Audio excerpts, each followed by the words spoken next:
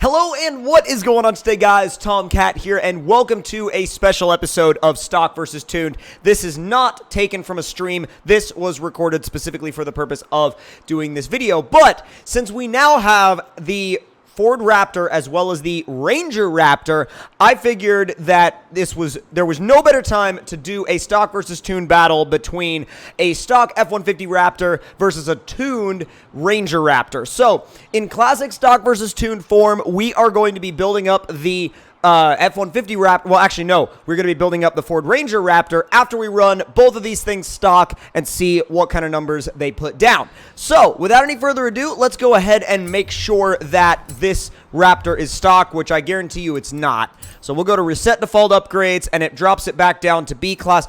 God, it's got 918 horsepower. Okay, yeah, that is not stock at all. Now, once this thing is reset to stock, we're going to go ahead and jump right out of the house real quick and see what it sounds like and see how it drives. Right, so the F-150 Raptor. Now, this truck has pretty much become a bit of a legend in its own time. There's a lot of like, just stories and stuff around this truck, and really, it kind of came out of a position where it sort of forced everybody to kind of follow along with it, because nobody made a factory pickup truck back when the first generation came out. Nobody made a factory pickup truck that was quite at the same level of capability as the Raptor, and of course that spawned things like the Ram Runner and other things. But let's see how it sounds and drives. You gonna hit me? Yeah, you are.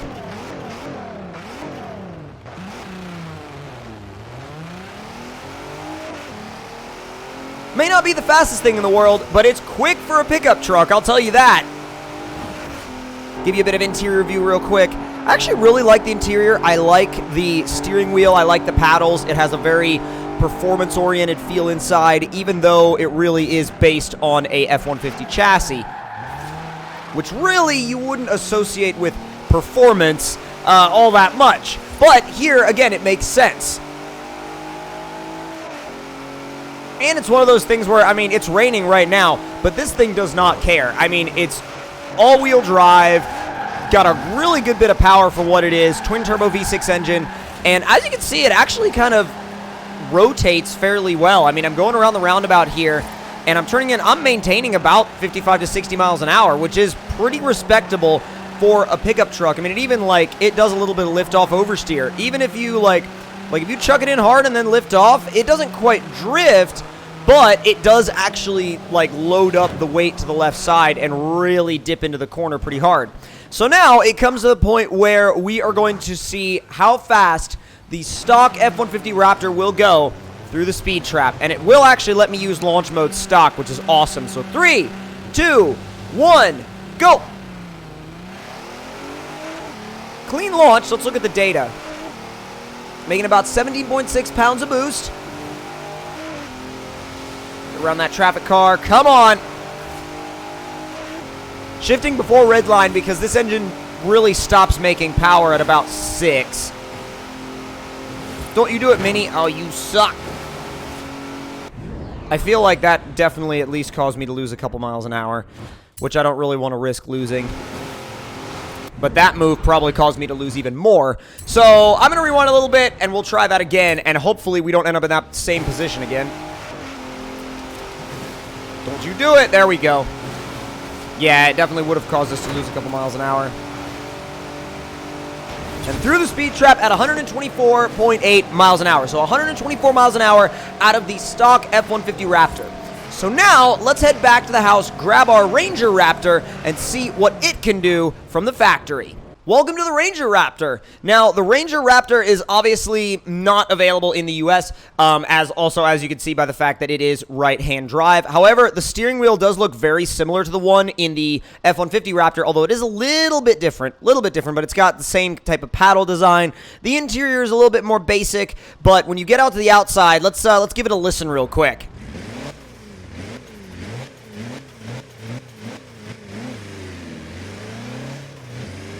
It's definitely got a good bit of torque, but it stops making power around 4, and it stops making torque, stops making peak torque around 3,000 RPM. So, the horsepower number goes up, but the torque number starts to die down a lot at about 3,500. So, the the 10 gears in this vehicle, and yes, it has 10 gears. I'll show you. The 10 gears in this vehicle will probably end up being used because as you can see, down low, it makes a lot of torque. So let's see. Peak torque is 368 foot-pounds, and it makes that from about 1,700 RPM to about 2,200 RPM, and then the torque starts to dip off as the horsepower number increases. So it's kind of a weird mixture, but it definitely does a good job for being a D-Class vehicle. For starting out as a D-Class, it's pretty dang good for a D-Class. Now, since the other Raptor, the F-150 Raptor, has a bit more power, it's a little bit easier to get it sideways on the roundabout. But as you can see, this thing can hang with it. I mean, we're doing about the same speed, and it's continuing to turn in. I'm having to, like, pull out of the turn-in really quickly. I mean, it'll maintain 55 to 60 miles an hour just like the F-150 Raptor will. No problem. But this truck is also smaller and lighter, so that probably has something to do with it. So now time for our speed run in the Ranger Raptor. I'm very excited about this because the F-150 Raptor did 124.8 miles an hour.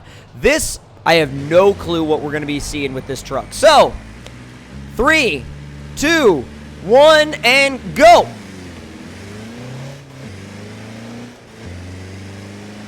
Shifting at about 3,500 RPM. Trying to stay in the torque band. I don't know if that's doing me much good or not, but doing me much good in relation to like whether I did this or revved it out. But I hope it is.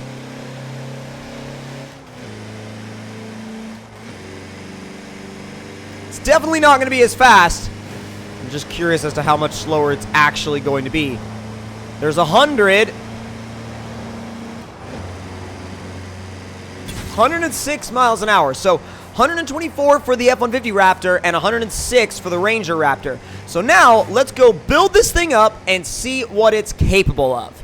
Step 1 is going to be the chassis and suspension, I think. So we'll get the brakes handled and out of the way. We'll get the suspension handled and out of the way. I just want to have it, have it done so I can say I did it. You know what I mean? It's not really going to help us that much in a straight line, but I just want to do it anyway because this is a new vehicle and I want to see what all you can actually do to it.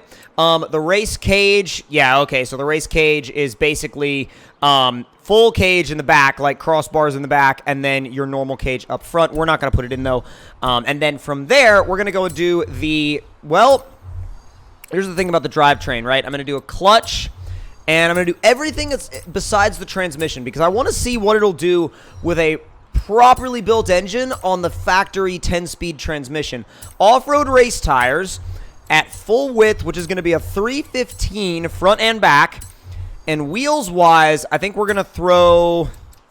I want to throw something on it that's sort of off-roady, but I'm not completely sure what we should do. I like these.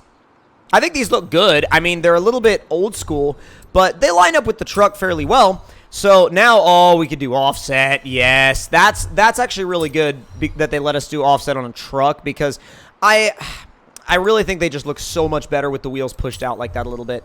So aero and appearance, we could do oh my god, we could do like a massive bull bar on the front if we wanted. We could do yes.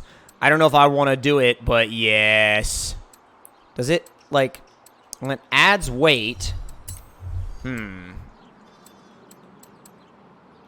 we could take the mud flaps and running boards off. That I am going to do, a mud flap and running board delete. So from there, we can go ahead and build the power. So we'll do just about everything in here. I want this thing to be properly ready to go. Like, properly ready to go.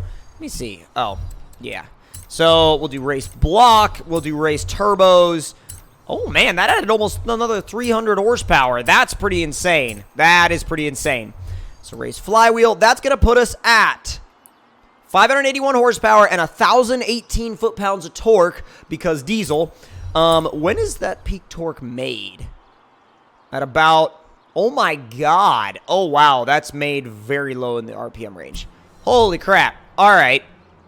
So this will be very interesting to drive. Very, very interesting to drive. So without any further ado, let's head back to the highway and see what we can do. All right, fully built Ranger Raptor, test 1. Revs quick for a diesel.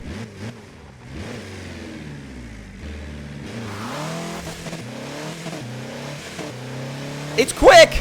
It's very quick. Like, really, really quick. Kind of glad I left the factory 10-speed in it, because I'm really curious to see what it's actually capable of with that transmission. But I'm also curious to see if now it'll actually, like, have the torque and power to slide around the roundabout. Oh yeah, you could definitely tell it makes more power in the lower RPM range. I mean, I'm not surprised that it does, but at the same time, it's like, it's always one of those weird things where, you know, you look at it and you're like, oh, right, this is not a normal engine. It doesn't rev like a normal engine. It doesn't make power like a normal engine. Diesels are always going to be different, but it'll actually maintain a slide for a pretty good while. Like an impressive amount of time. Really impressive amount of time, actually. All right, so time for our speed run in the Ranger Raptor, now fully built. I'm launching it in second. Let's see what it can do. 3, 2, 1, go!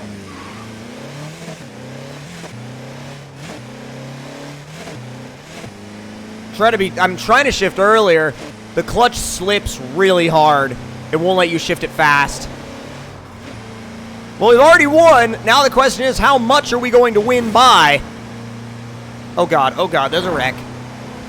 And through the speed trap at 156 miles an hour. So yes, the Ranger Raptor does win when fully built.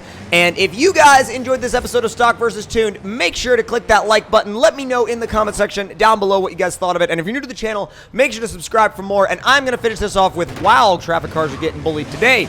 But I'm going to finish this off with some good old-fashioned donuts. This thing should be able to do them.